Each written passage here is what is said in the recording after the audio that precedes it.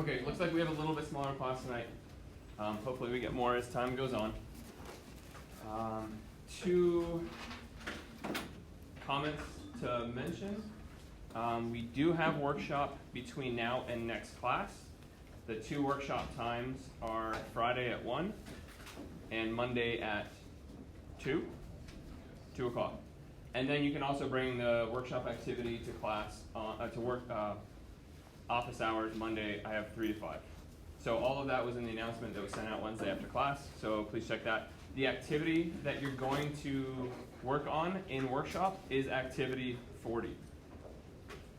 It is very challenging to do on your own, so if you can do it during one of those two times, please do. If you can't, see if there's someone else in class you can work on with it. Or if you work on it before class on Monday, like sometime significantly before, you can post questions to Blackboard and I can give you feedback on how to move forward on that. Activity 39, I did print out. It is in our spreadsheet of the calendar. It is a suggestion for an activity that is really going to help you with the concepts we're going over tonight. It is to reinforce what we're doing tonight. Samantha, can I have you join Tracy and her new group over here? So that's why I've given you two packets. One is for workshop, activity 40. Activity 39 is practice. Our exam is next Wednesday, and so this is one of the activities. Activity 39 is something that's more doable on your own. Activity 40 is a bit more complex, which is why I like to have someone to help kind of you go through that. So at least try to go through it. Even if you get stuck, then you can either come to office hours. We can meet after class next Monday and go through it. But it should give you a leg up, just having to try to go through as much as you can. Anything else that I need to address as far as logistics announcements that you can think of?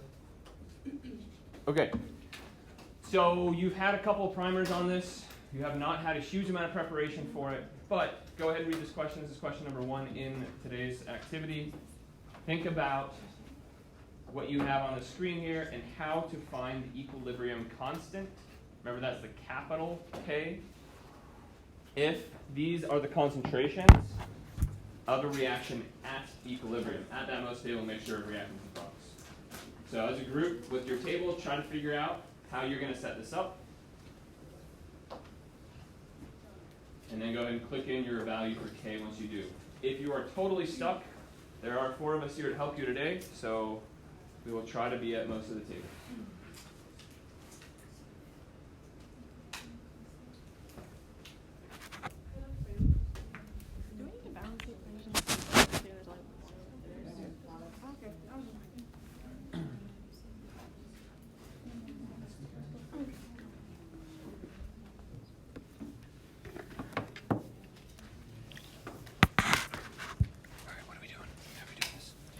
You make it into like a fraction, like products over reactants. Concentration of products over concentration of reactants, all raised to their stoichiometric coefficient. Yeah.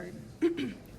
So in this one, would it be NH3 over Concentration of NH3 over the concentration of H2 times concentration of N2? all raised to the first power? Yeah. Possibly. It might be written. Oh, it's not balanced. Oh, you got it. Sandwich has been like A lot of work? like it takes like 20 minutes to log in now. It's like it like loads and loads and loads and it's like logging in another session and it loads and loads and loads and loads and then it comes up with like a chemistry, it's like a chemistry like meeting or something and I'm like, what? And then like, no, I don't want to do that. That's terrible. Try using another browser. Okay. It might be whatever browser you're using. It might So be I'm like it's sitting Chrome here, or I'm like, Safari. this is taking me an hour to No, that's primer. completely. So email me, if you do that again with a different browser, email me the 2 things you tried, and then I'll harass them. Okay. I have a question. Yeah. Is this unit supposed to be like millimolar? Yep. Was your thing glitching at all? Chemistry, like, All right, how are we doing? it's been Trying to get through it. So it looks like we're doing concentration of NH3 over concentration of H2 times concentration of N2. Is that right? That's right. So, Okay. Usually, if we're saying that, we always raise the concentration to the stoichiometric coefficient, right? So what are the stoichiometric coefficients here? 1, Is not valid. No, yeah, I did it wrong on my calculator.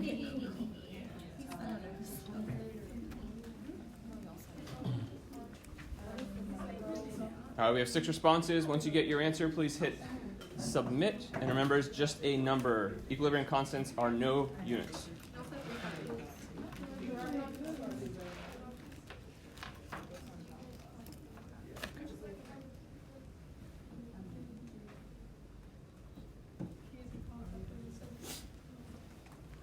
So I think most tables have gotten to this point. What's missing from the information that's provided? It's not a balanced reaction. So we always have the concentration of products over the concentration of reactants, but they're all raised to the stoichiometric coefficient. And so this was an example of when we want to pay attention to sometimes we assume that everything's there that we need, but we need to check to make sure reactions are balanced. So now the reaction is balanced up there if you did not already have that information. So then can I get from one of the ladies at this table, what is our equilibrium constant? What is the expression? The concentration of products. Which is in this one concentration of 2. NH3. Concentration of NH3 raised to what power? 2. Squared, okay. And then over your reactants concentration of H2 to the third times the concentration of N. Of N2. Great. Okay, so that is our equilibrium constant. What's that? Do you need to convert the micron? So we have to have everything in the same units. So milli just means times 10 to the negative third. So you can either do that calculation separate, or you can just write times 10 to the negative third, or if you're comfortable with milli, you can do 0.805 molar. Whichever approach you want, that's fine. But if you put 805, then that is not appropriate. So all these concentrations need to be in molarity. This only applies, our equilibrium constant describes what is the concentration of each of the reactants and products when we get to the most stable mixture. A lot of times before, when I've showed you a reaction like this, I've said, okay, this is how we're going to make NH3. You put in these reactants, you make product. But it's not that easy, right? You put in reactants, maybe you started out with all reactants here, and you end up with a mixture of reactants and products. And so the whole purpose of this part of the semester is to say that reactions don't always go to completion because you have the forward reaction happening and the reverse reaction happening, and at some point those two rates are going to equal each other, and you're going to have a mixture of reactants and products. And so this particular reaction gets to a place. Amber, can I have you join your regular table back there when you're ready? This particular reaction gets to a mixture that if we calculate out what that relationship is, we end up with all the concentrations being pretty close to the same. So an equilibrium constant K of 0.36, we can say that's pretty close to 1. And that would mean the same concentration of reactants and products. This is not one of these ones. You'll see equilibrium constants that are 10 to the 15th or 10 to the negative 12th, something like that. And that's going to tell us that when you're at equilibrium, you either have almost all products or almost all reactants. In this case, there's some of both. That's what I want you to take away from that 0.36 number.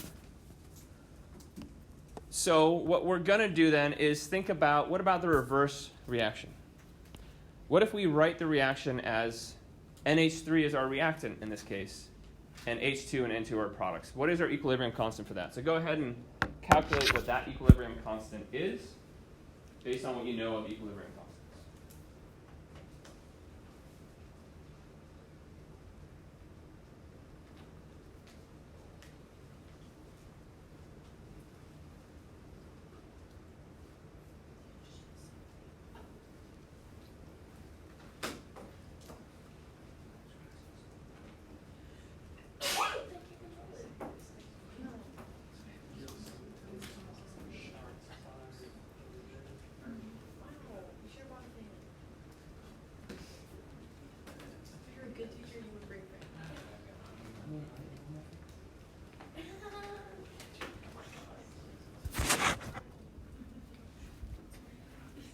All right, we've got 4 responses clicked in.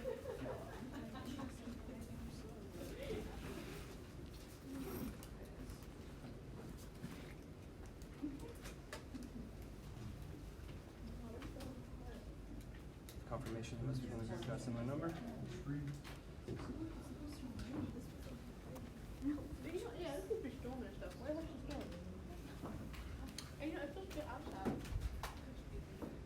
Hey, can you open a window? All right, we have 16 responses. A couple more seconds to get the last few. Do you want to share? Dang it. I can't remember your name off the top of my head, sorry. Sam, can you share what you did differently and then what your value was? I just flipped the numerator and denominator from the last question, and I came out with the answer 2.8. 2.8. And we should probably have 2 sig figs because 0.75 is our lowest number of significant figures. So it looks like most of the class agreed with you, and then we only had one or a couple that were slightly different. Okay, so if you did not get 2.8, maybe you're doing order of operations differently, or just make sure you put parentheses around what is being multiplied or divided. A lot of times it's very easy to do the top number divided by the first bottom number. In this case, I guess we have 2 products and 1 reactant. So just be really careful with order of operations if you get a number that was not 2.80. So our goals for today is I want you all to be able to do a ton more than when you came in, or to be confident in these things. So it's going to be a very intense class, and I do have to leave at 7:15 on the dot because I have a flight out at 8:12, and I think I'll make that. So I want you to be able to write your equilibrium constant for any reaction that you have, which means make sure it's balanced and make sure that you understand that it's when the reaction is at equilibrium. If you had all reactants before the reaction started, you don't know what your equilibrium constant is. You can't, because it's only when you let the reaction go and find that most stable mixture of reactants and products. I also want you to be able to calculate that value, and then to be able to know what that value is and means. So 2.80, that also means that we have, it makes sense, right? We said that we have a mixture of reactants and products, and they're fairly close together, 0.36, 2.8. That all kind of means the same thing, that we have both reactants and products. So what we're also going to be able to do with that K value is, if we know what that K value is at equilibrium, we should be able to say, well, how does that same fraction, that same ratio apply to non-equilibrium conditions? What does it look like? And we're going to call that Q. So you might have already seen that in some of your pre-class stuff. We'll talk about how to use that. So basically what that means is we're going to compare concentrations of the reactants at equilibrium in our KC, and we're going to look at that in order to predict if the reaction is not at equilibrium, which way the reaction will go to get to equilibrium. Are more reactants going to get used up to form products? Is that going to get us to that equilibrium? Or are we going to have more products being used up to form reactants? Is that going to get us to equilibrium? And then hopefully we're going to get to the very beginnings of figuring out to actually calculate, not just predict which direction the reaction is going to go, but to figure out how to go from the concentrations not at equilibrium, remember that's our parentheses, to our concentration at equilibrium. And so to do that, we use what's called the Rice table. That's a reaction table that uses our initial concentration, our change in concentration, our equilibrium concentration. Okay? Think that's doable? Totally going to be able to do that today? Yes. All right, let's do it. So let us apply exactly that set of concepts to the same reaction we were just working on. I want you to look at these values of concentration, and I want you, in your groups, to decide whether these concentrations also represent the Haber process at equilibrium. That's that same reaction we were just working on. We know what the Kc value is. I want you to look at these and figure out whether it's at equilibrium or not. And if not, what's going to happen to get to equilibrium?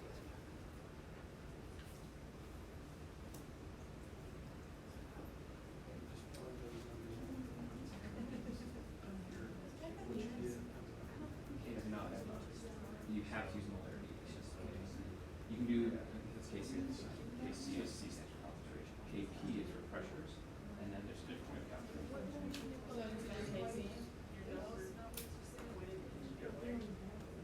No, so the units are actually going to be all jacked up.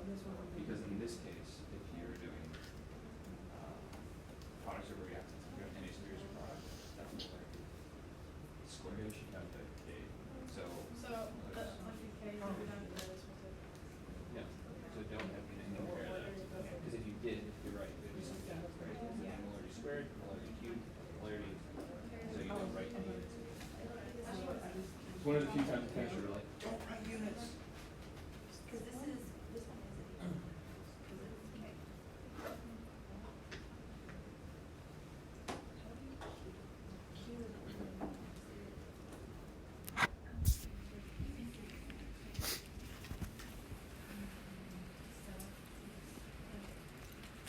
All right, I'll give a hint.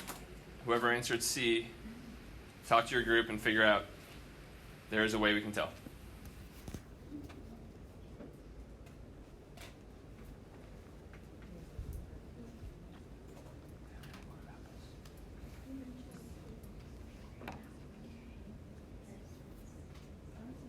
Okay, so if we know it's at equilibrium, we call that proportion K. If we don't know if it's equilibrium, that's what we call Q. If Q ends up being at equilibrium, we can call it K. So we're finding Q. So it's kind of semantics, but it's important. Q is that ratio to any concentration, and K is that Q only when it's at equilibrium. So we do this. Mm-hmm. And then calculate what that number is. And that's then what are you Q? gonna- Yep. Okay. And then what are you going to compare that to? Yes, because that's the same ratio. It's not the full equivalent. Okay? And if it's the same, what do you conclude? It's at equilibrium. Yep. And if it's not,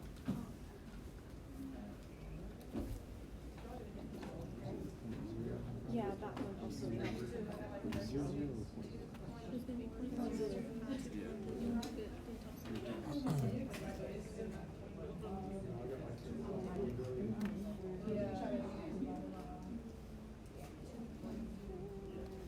all right, let's do another 20 or 30 seconds. We'll click in our answers.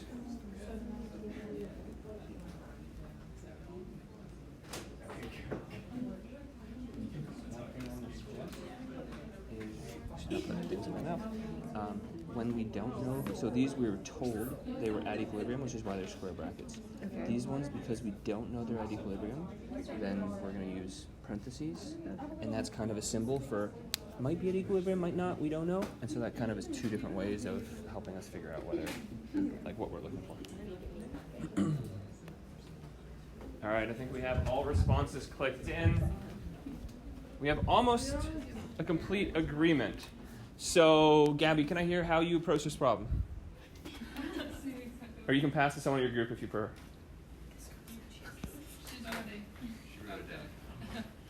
I said it's not at equilibrium. Why? Because the K value we get here is 2.5 times 10 to the negative 12, and the one at equilibrium is 3.58 times 10 to the negative 7. So with these concentrations, the reaction's very product favored, and it would need to move in the reverse direction to meet equilibrium. Okay, so in order to get that number 2.5 times 10 to the negative 12, how did you calculate that? I did the same thing we did on the first question, but plugged in the new concentrations. So on the top, you had which concentration value? I converted the 531 millimolarity and then raised it to the second power. Great. And then you did the same for H2 and N2? Yeah. So we have 0.0345, and that's H2, so that's raised to the third power, times 0.00280, just to first power, correct? Wouldn't that give us the Q? So we're going to get really technical with terminology right now. So if we're finding the ratio that we call K, but we're not 100% sure we're at equilibrium, or we have no idea if we're at equilibrium, that's what we call Q, or QC. The C stands for concentration. There's another version of Q and K that are called P, KP. And that involves pressure, and there's some slightly different calculations we do involving that. Using our K from number one. So what we're going to do is exactly like Jesse's saying, so kind of combining what Stacy and Jesse said. So Stacy found the reaction quotient, which is QC. That can be found at any set of concentrations. And then the second part is we say, is that the same as K? If it equals our value we know to be true for our equilibrium constant, then we can say that Q is equal to K, and so that this actually is the equilibrium constant. But in this case, like you said, this is not equal to Kc, which means we are not at equilibrium. because our Kc value that we found before was 0.36. So before, go ahead. Did I mess something up? We didn't get, we're not getting that number at We got all. like really. Is it Okay. 0.0280 or is it 20? Just 2 zeros. That's what 0.00280. What is the value that we found for our Q? We got 2.45 times 10 to the 6th. That's what I got. Sorry, I should have done these calculations on my own first. 45 times 10 to the negative 6. 10 to the 6. Yeah, we got positive. Not negative. 10 to the positive 6? That actually sounds doable because the number on the top is 10 to the negative 1 squared. The number on the bottom is 10 to the negative 2nd to the cube, so that's 3 times that. And then this is 10 to the negative 3rd. So I buy that. So it sounds like if we're not getting a 10 to the positive value, we just need to look at our calculations and make sure we're plugging everything in appropriately. And then we're doing order of operations. So parentheses around everything on the bottom to make sure that that's appropriately divided. Thank you for pointing that out and making sure we're doing this right. So if this QC value is 2.45 million, does that mean compared to equilibrium, do we have relatively more products to reactants or reactants to products versus what we would expect at equilibrium? We're way more product favored. So if you think about our reaction as the products are on the right, the reactants are on the left, we're way further right than the most stable mixture. So that means that if this reaction is to get back to equilibrium, what's going to happen? What's going to happen? Needs to move in the first direction. Okay, and what does that mean? It needs to form the reactants. It means the products need to go away and form reactants in the process. So in order for Q, I'll write this here. It's the eraser. For Q to get to K, products need to form reactants. All right, so everyone's book or every different video you watch, they're going to talk about if Q is bigger than K, this. If Q is smaller than K, then do this. Ignore all that. I want you to think about what does each value tell us. 2.45 times 10 to the 6th is a really, really big number. And remember, that means that we have products on top, reactants on bottom. We're always going to compare this value to what we know our equilibrium constant to be. If equilibrium constant has about similar numbers on the top and the bottom, and the one that we currently have has way more on the top, it means that whatever's on top has to go away and produce more of what's on the bottom. Just use simple fractional reasoning to get there. Don't try to memorize, if Q is bigger than K, you do this. If Q is less than K, do this. Does that make sense? Because you can get stuck in equations and you can just get mixed up, and then you lose the whole logic part of it. So try to just think logically about that. So what we're going to be talking about next is we're going to say, okay, if there is a reaction that is not at equilibrium, it turns out that if we have this reaction and we say we're going to let this reaction go to equilibrium, that we can actually have energy released by the system to get to that most stable place. So I'm going to use an analogy of a ball or a boulder sitting on top of a hill and not being in the most stable place, the bottom of a valley. And it doesn't matter if we're all products or all reactants. If the energy minimum is not where we are, then there's going to be energy release in order to get to that most stable mixture. And I think that's the next slide. Not quite yet. Okay, the next slide after this I think is that. So I'm going to go ahead and close this out because we were all in agreement. So let's see if we're all on the same page about what those numbers mean. So here's a Kc value for a very complicated reaction. If we have that Kc value, what can we say about the relative concentration of reactants to products?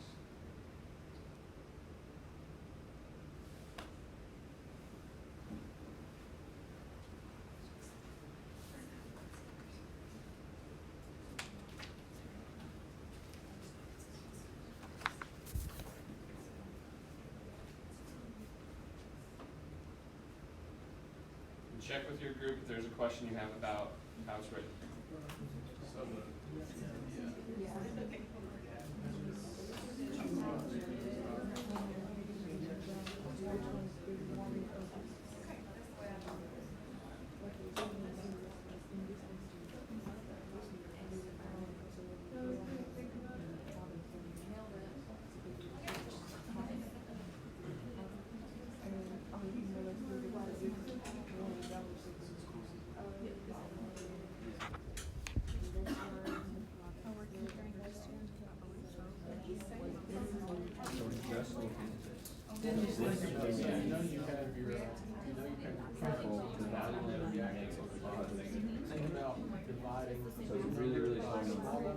So that's, So you get a big number on top and a small number on the bottom, you have your number greater than so look at this, remember this number on top, big number on the bottom. the fraction.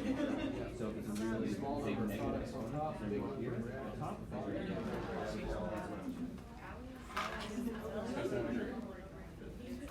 Another 20 seconds, click in your answers.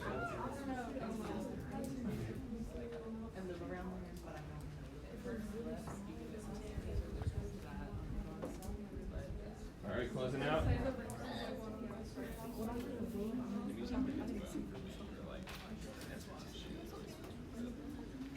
All right, can I hear from someone at our front table? Okay, we said, that the products, that the reactants are on the bottom, and it's less than 1, so the reactants are more than products. Okay, great. So it's always concentration of products raised to the stoichiometric coefficient, or the concentration of reactants raised to the stoichiometric coefficients. So this number, you said, is less than 1. So if you're not comfortable with scientific notation, now is a time where you really, really, really need to get comfortable with scientific notation. So 5.2 times 10 to the negative 13th is the same thing as 1 over 5.2 times 10 to the 13th. So that's a billion million. 5.2 billion million, right? A billion is 10 to the 9th, and a million is 10 to the 6th, so about that range, right? So there is way more reactants than products when this reaction is stable at equilibrium. So if the product, C, happens to be the most valuable pharmaceutical compound you're ever going to make in your life, and it's $1 billion a year to sell that thing, this is not the reaction you want to use to make that, because this reaction does not produce much of that final product at all. And I think most of our class was on board with that number. Yes. And so if we're not comfortable with, there's a couple things. So scientific notation was part of this. We've been using millimolar. We will use micromolar and nanomolar as well. So make sure you're comfortable with the metric system. The other thing that I used here were these greater than signs. So the one on the bigger side of the caret is the bigger one. If I use multiple of them, it means way, way, way, way bigger, the thing on the left. Hopefully we're all on the same page about that. So here is this depiction I was talking about. This idea of free energy, I know that we're throwing a lot of different visuals and graphs at you. This is another very unique graph that does not really relate to a lot of the other stuff that you see. This is not a reaction coordinate diagram that we showed last week, right? Reactants, products, exothermic, endothermic. This is not that. This is very different. And in fact, on the back page, I have some bullet points about how they are different. This graph is meant to help you think about when a reaction does go forward as energy is allowed, it means that we're not worried about activation energy. We're not thinking about that at all. We're just saying if we had infinite amount of energy to go into this reaction, what would be the most stable mixture of reactants and products in the end? And the idea is this idea of potential energy. What is most stable? So on this image here, you can see that free energy, that's kind of like our the absolute energy that we talk about. If you've taken biology class, hopefully you've heard of Gibbs free energy. Gibbs free energy talks about the sum of entropy and enthalpy and how they relate to each other, and so it's the ultimate energy guide. So if we have on the far left side is all reactants. On the far right side is all products, 100% products. There is a stability of this reaction when it gets to some mixture of those two. In this case here, where is the most stable mixture? Is it all reactants, is it all products, or is it somewhere in the middle? Somewhere in the middle, right? It's this lowest position in the energy diagram here. And so is it going to be more products or reactants when it gets to that most stable place? A little bit more products maybe, because the middle of the valley is not right between, halfway between reactants and products. It's a little on the right side, so you're going to have a little bit more products than reactants. So what kind of a K value would we expect for something with a minimum just to the right of middle? Talk amongst your table for a second, because I'm curious to hear. So what kind of a K value would you expect? And actually I'm going to click, because the other one is, instead of a ball, this is actually what the reaction diagrams look like. What kind of a K value would we expect for this kind of a diagram where the minimum is slightly right of middle?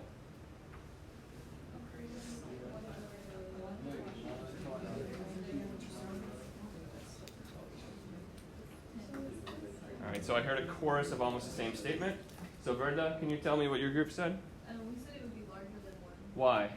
Because if it's more towards the product side, it'll be 10 raised to the something, versus, or raised to the positive something versus 10 raised to the negative something. So it is products over reactants raised to whatever the coefficient is. I don't know why I just wrote letters there, but basically we're saying that there is more on the top. So we have bigger over smaller in this case, right? There's more products and reactants, that's why we're right of middle.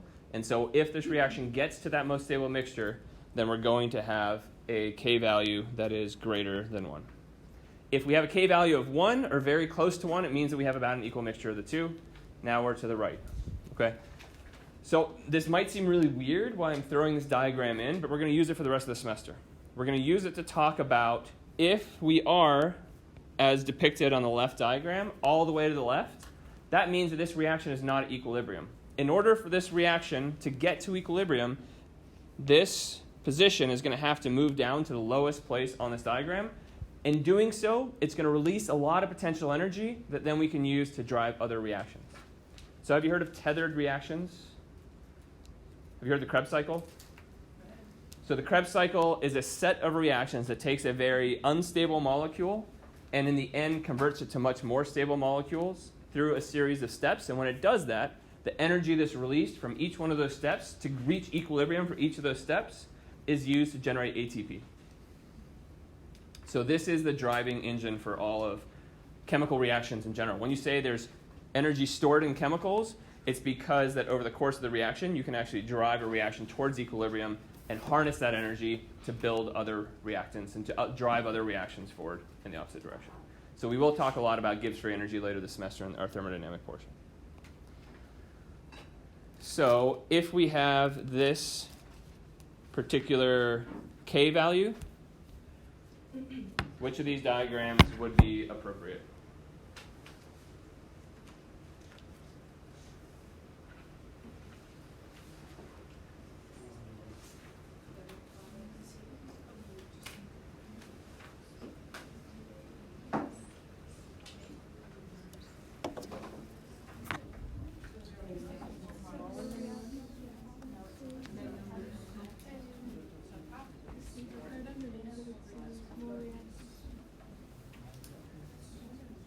All right, we're very mixed on our responses. Check with everyone at your table, see if you can convince them that you're right. So I guess Oh, is the handout different? Sorry, the handout might have a different value. Please use what's on the screen. Number on the screen is what we're using. That might be why we have different answers.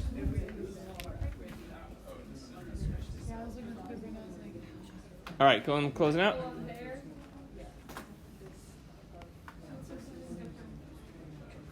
Kevin, which of these three graphs did you choose and why? Can you guys hear Kevin? I chose C. Why did you choose C? Favors the product. Which favors the products? The KC. Okay, so the Kc value shows we have more products than reactants. The numerator is bigger than the denominator. And then the graph also shows that the reaction lies to the right. So we're going to start using this terminology. The reaction lies to the right or lies to the left. Lies to the right means that if we always use a terminology, what's on the left of the arrow is called a reactant. What's on the right of the arrow is called a product. So if the reaction lies to the right, it means that the energy minimum favors more products than reactants. So I've tried to write some of these bullet points into your worksheet so you have it on the back of the first page. Kind of the difference in what each of these diagrams is used for. So the reaction coordinate diagram, it really highlights what the relative energy of reactants and products are, but it doesn't tell you what the most stable mixture of the two is. All right, and when I say reaction coordinate diagram, just so we're all on the same page, we have energy, and we have reaction coordinate, and we have one of these type of graphs that tells us it's endo or exothermic. This does tell us what the activation energy of the reaction is, which the Gibbs free energy diagram doesn't touch at all. It just says if the reaction does go regardless of activation energy, what's the mixture going to be when we get to equilibrium? Okay, so different graphs, different information. They are not overlapping. You can't just flip over the reaction coordinate diagram and get a Gibbs free energy diagram. It doesn't work like that. Questions about these two graphs? When you start working with them, you'll start to see that sometimes they help, sometimes it's confusing. Okay, so one more question on this.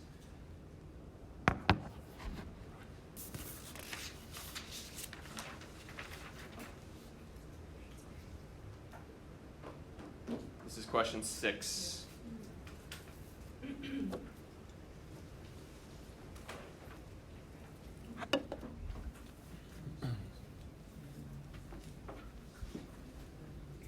Five or 10 more seconds. Diagram on the screen for question 6.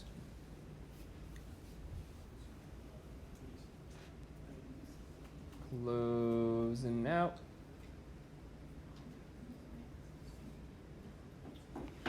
Michael, what did you choose for this one and why?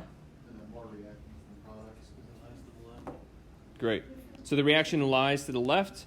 So if we started with 100% reactants and we started here, the reaction would not be stable. It would not be at equilibrium. So that reaction would not reach stability until we ended up here at this point, which is a mixture of reactants and products, but mostly more reactants than products.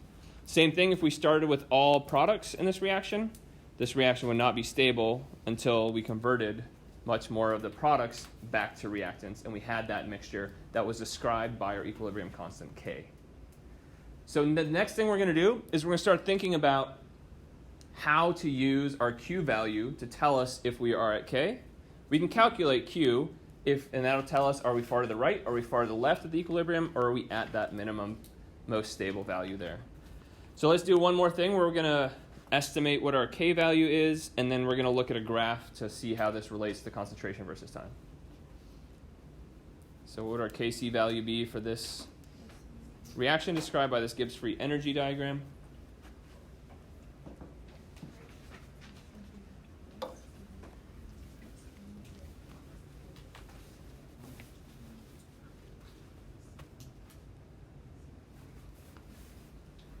$18 responses, closing out. Danielle, what would you answer to this one? I said it's less than 1 Why is our K value less than 1 for this reaction? because it's reactant K. Great. So if, remember, a K value of 1 is an about equal mixture of products to reactants. In this case, we have products over reactants. Remember, those are raised to the stoichiometric coefficient. Because the reaction lies to the left, we have a larger value on the bottom, which means the fraction is going to be less than 1. Is it ever going to be a negative number? Can K ever be a negative value? Unless you have a negative. Unless we have negative reactants or products? That doesn't exist, right? The least reactant or product we can have is 0. So that fraction will always be between 0 and 1 if it's reactant favored, or 1 and infinity if it's product favored. All right, so let's take a look at this graph, which you now have for question number 8, I believe. And I want you to discuss at your table why you answer whether this reaction is at equilibrium or not at time equals 0. What are a couple different ways that you can tell how you answer your question?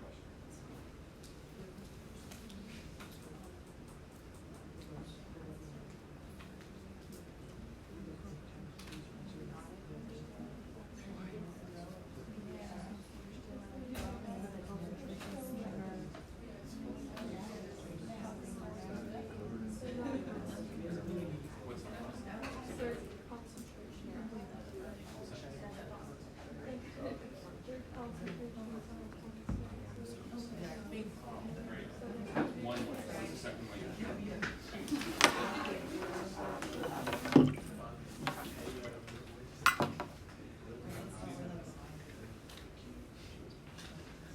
All right, we have 18 responses. Any more clicks?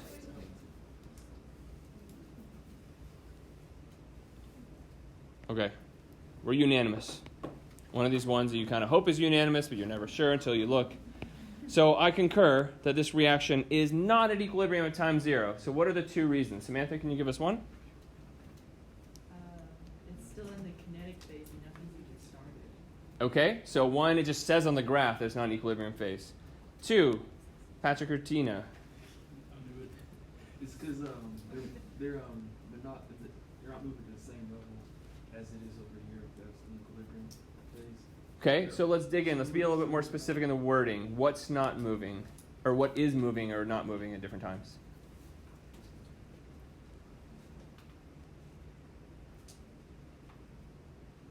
Have to do with the slope. The molarity is changing at a high rate. Well, I don't even know if we need that second part, right? We still have a change in molarity over time. There is still change happening to the overall concentration of reactants and products. And then I heard Jesse give a very nice explanation to his group of what's a third way that we can tell that this reaction is not at equilibrium at time 0. What is that? You want me to tell you? No, we can just linger on it if you want. You can find the equilibrium constant for the when it's at equilibrium, and you can find the Q value at time 0. See if they're not the same. Bam! It's amazing. Okay, that is exactly why we just talked about Q and comparing that to K. So if you didn't have this graph and you just had a whole bunch of numbers, it's the same thing as having a graph. And sometimes it's not easy to see it over time. We just know, well, we are somewhere we are right now. So go ahead, and I think that's the next question. Question 9, go ahead and calculate Q for this, K for this reaction. And then what would Q be at time 0? So think about those 2 questions. And then fill in for question number 10 those 3 ways that were just discussed.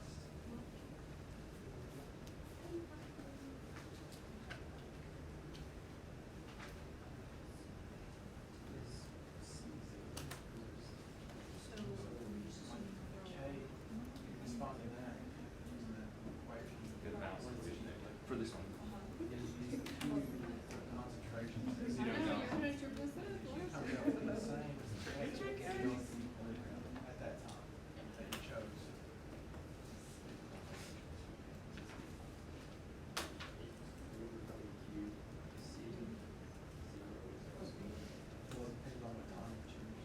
Choose at time 0.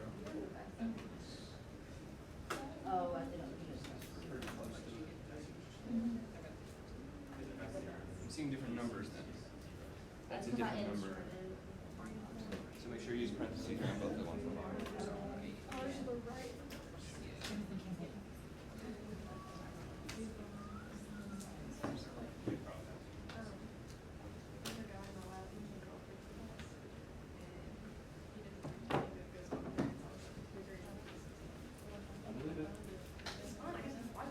welcome to come to our class. Okay. I think I had a clicker question for this, but we don't need to do this as a clicker question. Let's not. So, can I hear from Alexandria? What did you find for your K value? I don't know if it's right, but I got 0.858. I don't know if that agrees with the numbers I've seen around the room. So how do we calculate it? We would take our concentrations of C and D and put it over, no, it's just C over A and B. So 2.4654 molar is a concentration at equilibrium. So I'm going to put square brackets around that. That's a product. Over the concentration, 1.5345 times the concentration, 0.5345. Is that what you did? Okay, and I think if we do that, that is our KC value, and we find that that value is about 3.00, is that right, or 3.01? Okay, so if that is our K value, make sure, by the way, this is one of the times where people start falling apart, relying on their calculators. If you put in your calculator, put big parentheses around the numbers that are on the bottom, so you keep that separate. So then at time 0, what would our Q value be? Or how would we calculate Q? It kind of depends what you say the value for C is at time 0. I just said it was, I just said it really small, 0.01. Okay, we could put it's 0.01, or even if we say 0, but you don't like that because we're dividing 0 by something. Is that? I think we're allowed. Remind me, we're allowed to divide 0 by something. We can't divide something by 0. Is that right? Yeah. I mean, so in If theory it's we 0, can. then it's just 0. Yeah, so 0 divided by anything is equal to 0. So this is an example where we can see the Q value. If that was the only thing we had, then we could say, well, I know that the K value is not 0, that the K value is going to be bigger than 0, and so that means that something from the bottom has to transfer to something on the top of that fraction. Reactants have to become products in order for the Q value to get closer and closer to K until we get to that most stable mixture of reactants and products. So using Q to tell you which direction the reaction is going to go is really vital. And on our exam next week, that is one of the main things I'm going to be focusing on. Is can you find Q, use that to figure out what direction the reaction is going to go to get equilibrium, and then our ICE tables, which is what activity 40 works on, is a way to figure out how to calculate what that change is. And we need to start using the quadratic equation, so get ready. All right. So let's take a look now at a reaction. Another reaction. Totally different reaction. So this is a reaction that is very common in combustion engines. So we have N2O4 can convert to 2 NO2s.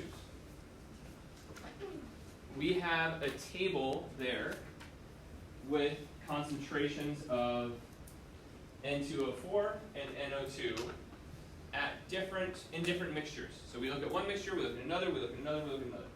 That's what your 4 or 5, 1, 2, 3, 4, 5. Those 5 lines are 5 different sets of concentrations. So what I want us to start doing is think about how can we tell which ones of those are the reaction to equilibrium and which ones are not. So what information do we have to have in order to make that determination if these are at equilibrium or not?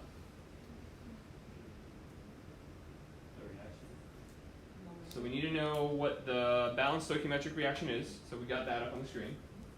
And then what else do we need to know?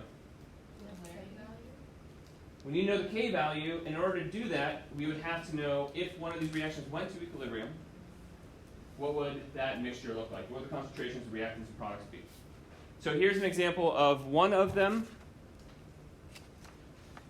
So this reaction starts at all of N2O4 and no NO2. If you let that reaction go until it reaches equilibrium, you end up finding that you have a reaction mixture of both. So with information on the screen and the information in that table, go ahead and try to figure out if each one of those different rows, those different lines, is at equilibrium or is not. Go ahead and take about 3 or 4 minutes to determine whether each one of those pairs is at equilibrium or not.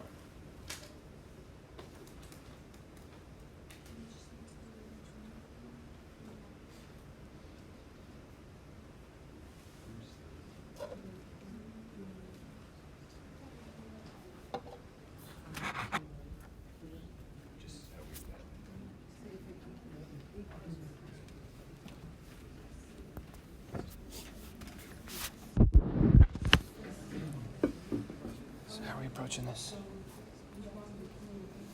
Trying to find K. Okay, how do you find K? The reactions the products of stoichiometric coefficient over So those are the reactant. For each of the numbers in the table, or? I was just gonna pick one of them, these two but that are equilibrium. So will any one of those tell us what K is? I don't know. So how do we find our equilibrium constant K? Can someone help add to that? Use the numbers for the equilibrium because it's not. So all of the ones in the table you have in front of you, they're the brackets. We don't know if that's at equilibrium or not. But this particular one, we ran this one, and it showed us that if you started here, Oh, I didn't you see ended it up on with there. equilibrium concentrations of both of those. I didn't see it on there. Details.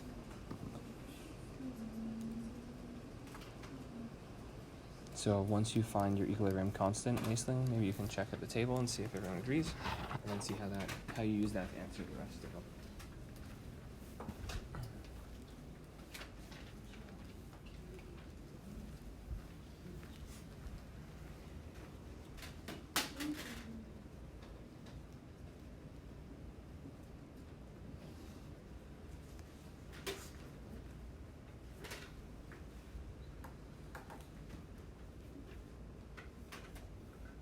What's the calculation you're doing? Do you know what calculation you're doing? Or what is it what you're doing to answer these? I was just saying if we had this and we didn't have any of that, it can't be at equilibrium. Fantastic. And then here we had a constant close to zero that you're saying they're equal, so that can't be at equilibrium. Love that. So you're choosing the logic to do these. And now you're gonna answer the last two. Yeah, that's figured out. Okay. Just keep working on it. That's amazing.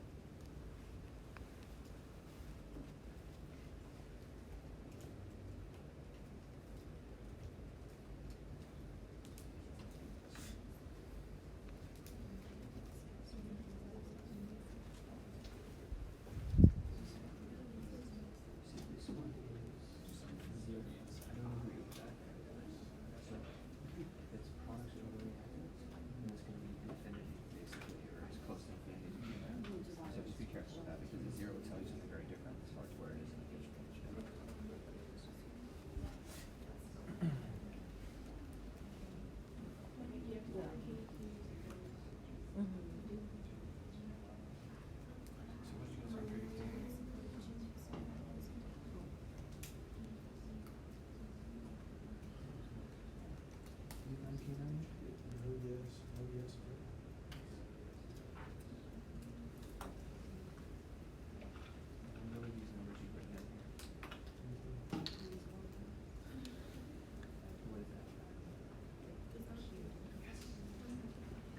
So then use that to answer it. I mean, I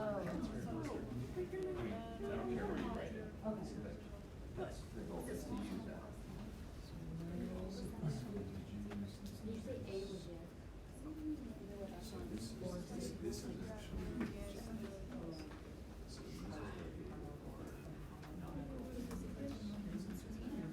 Raise your hand if you want another 30 seconds to finish these.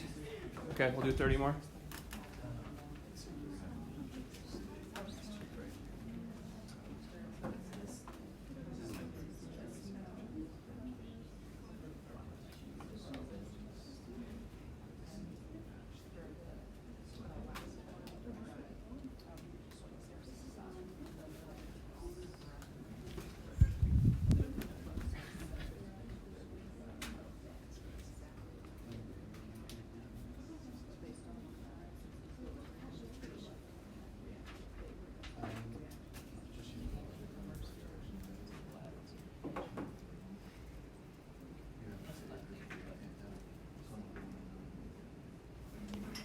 All right, so we're going to go through each one in the table.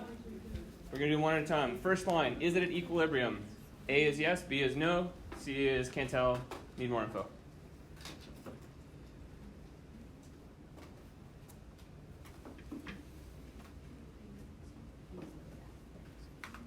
Couple more seconds. Click in your response. Is the first one at equilibrium? Yes, no, can't tell.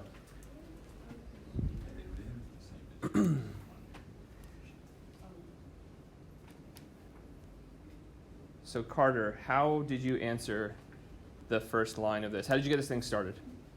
This is just like the last one that we talked about. We can't divide 0 by anything. It's going to be 0. That's going to tell me right off the bat because it's not at equilibrium. Why? What if the reaction is at equilibrium when you have all reactants? How do we know that this is not equilibrium? Well, because we found the K value first. How did you find the K value? It was 0.0547 squared over 0.643. Sorry, I think I messed that up. 0. 547. Is it 0.0 or? Sorry, I don't have the number in front of me. 0.0, okay. That number squared over 643. And then what did you get for that value? 10 to the negative 3. Does this K value look similar to what everyone else found? By the way, I really appreciate seeing it in scientific notation, because that 10 to the negative third, if you can get more and more used to doing scientific notation, it's going to be really helpful later in the semester when we start talking about logarithms. Because that 10 to the negative third tells you about the order of magnitude, or relatively how big or small it is, by the power of 10. So that is our Kc value. And so what Carter said is that our QC for this one, what did you get? 0. Equals 0 over 0.670, which equals 0. So this reaction is not at equilibrium. If we, and I think, okay, I had all that written there.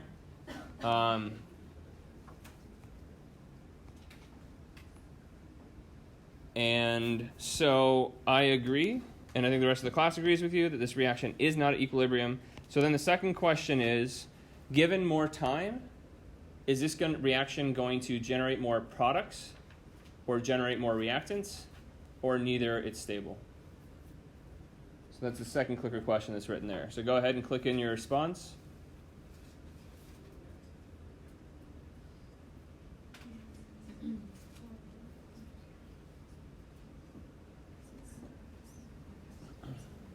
So like This specific line number 1. Is this reaction at these initial concentrations going to generate more products from reactants, more reactants from products, or is it not going to change at all to reach equilibrium? We said it's not at equilibrium, right? It's not stable. So how does this reaction get to that ratio being equal to the K value? Go ahead and click in your response. Talk to your table if you need to. So you think it was? Because we gotta make some products. There aren't any products right now. Well, I think we should make some products. That's what it needs to be. Because that's zero's less than that, even though that's a small number. Or A couple more seconds. Closing out. So we have a mixture. Mixture of responses. Gabby, or Taylor, do you mind sharing what your group discussed? Of course. I do have an aunt here. Gabby's sitting right behind you, so I was looking at one of you and said the other name. My table said that C for products because you start off with 0 products and then you eventually it eventually reacts and then leads to 1. So we know the equilibrium constant has a mixture of both reactants and products.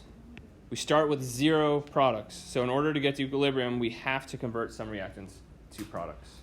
So given more time, the reaction is going to generate more products, and it's going to do that by using up reactants. Okay.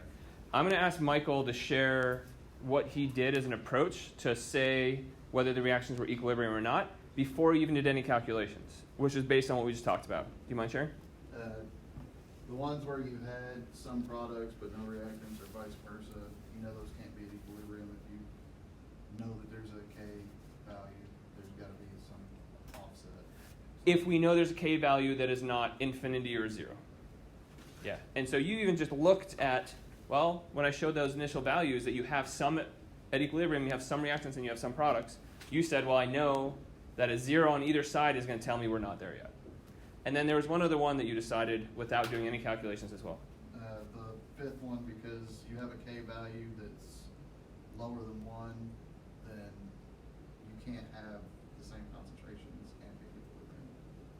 There's got to be a difference in it. So there's a little caveat to that because one of our values is squared. So what Michael is saying is that the very last value, you have the same concentration of reactants and products. And so at first you're like, oh, the equilibrium, the Q value would be 1. But that's not true because the products are squared. Okay? So be a little bit careful that that can be a pitfall that we get into. So let's go ahead and do the same thing for each of the other reactions. So if we're looking at the second one, let's do these relatively quickly. Is this reaction at equilibrium? Yes or no? This is the second line, 0.448 for N2O4.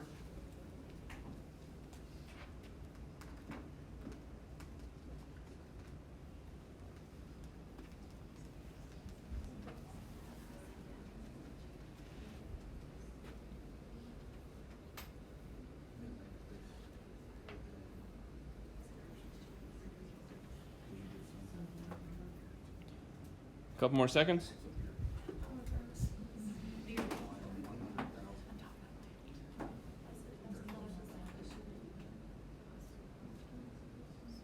All right, Lauren, how did you determine whether this reaction is at equilibrium or not?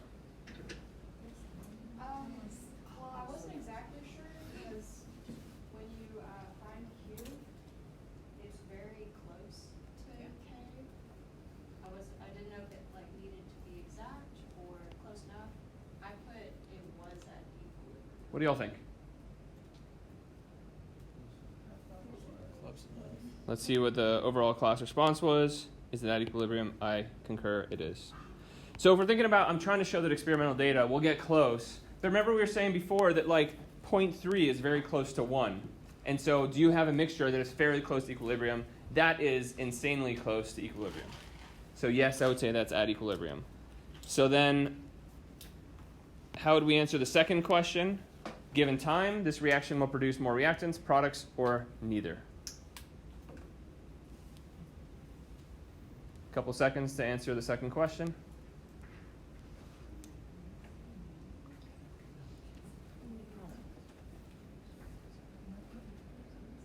Closing out.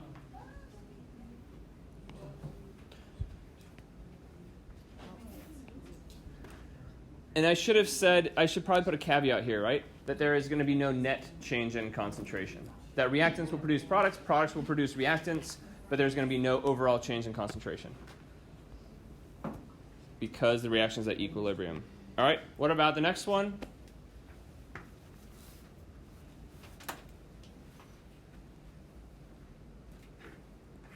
Just a couple more seconds to click in your response for the third reaction.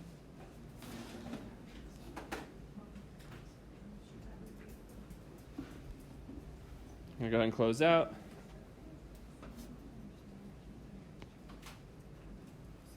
Kelly?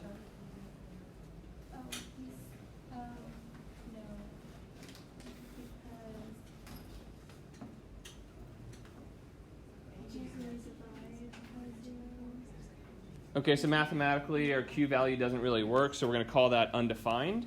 But what does that tell us? Why is that not at equilibrium? Because it doesn't equal K. Because that isn't the same as K. Okay? Is it a number that in theory is kind of way bigger than K or way smaller than K? Is it smaller or is it bigger? Concentration of products over reactants. There is a number over nothing. So that's, in theory, a really, really, really big number. It's so big that we can't even define it because we can't divide it by 0 technically. So then how do we answer the second question? Given more time, the reaction will generate more reactants, more products, or neither? Go ahead and click in your response for the second question.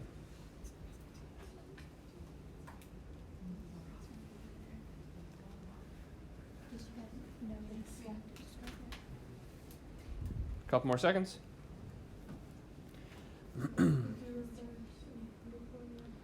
Closing out.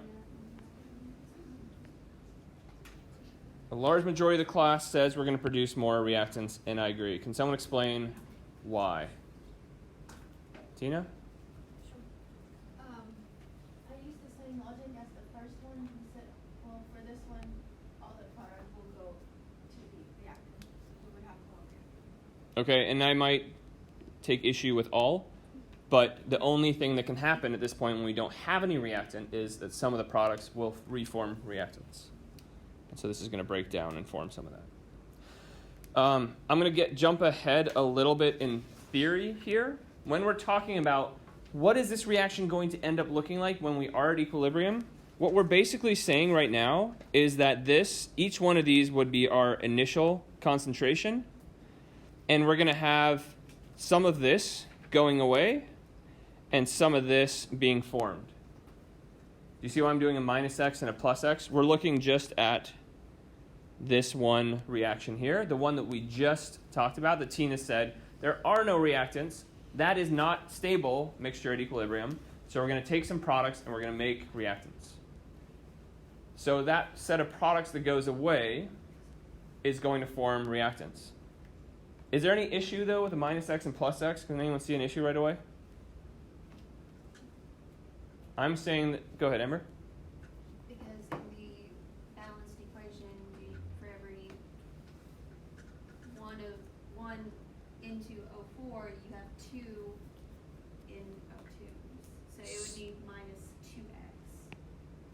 So that 2 NO2s are needed to be broken, or to be combined to make 1 N2O4. Can we see how Amber came up with that? So then what we're saying is that if we're talking about this technical thing called an ice table, we have a change. Initial concentration was 0 and 0.200 molar. We're changing that by some relative value of plus x and minus x. And then at some point, we're going to end up with an equilibrium concentration of each of those. And remember that the concentration of them at equilibrium, these numbers at the bottom are going to have to work out to equal our equilibrium constant. So what is the concentration at equilibrium of our N2O4? What would I put at the bottom here in this value? We're going to do some algebra. It's whatever we started with, and then the change. So what's this bottom one? So just plus x. What is our concentration at equilibrium of our NO2? 0.200 minus 2x.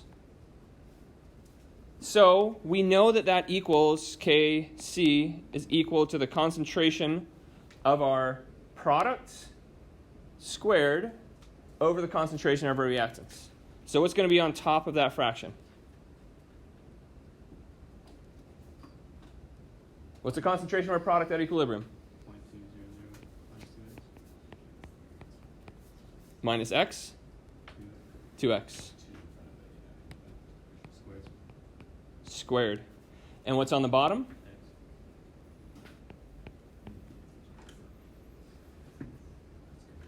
All right. I know I took a big jump here. What questions do you have on how I... Actually, talk to amongst your table. Make sure that everyone at the table can explain how I got this expression here for Kc equals. So talk amongst the table. See if anyone else followed. Carter, you follow? I think so. You want to try to explain?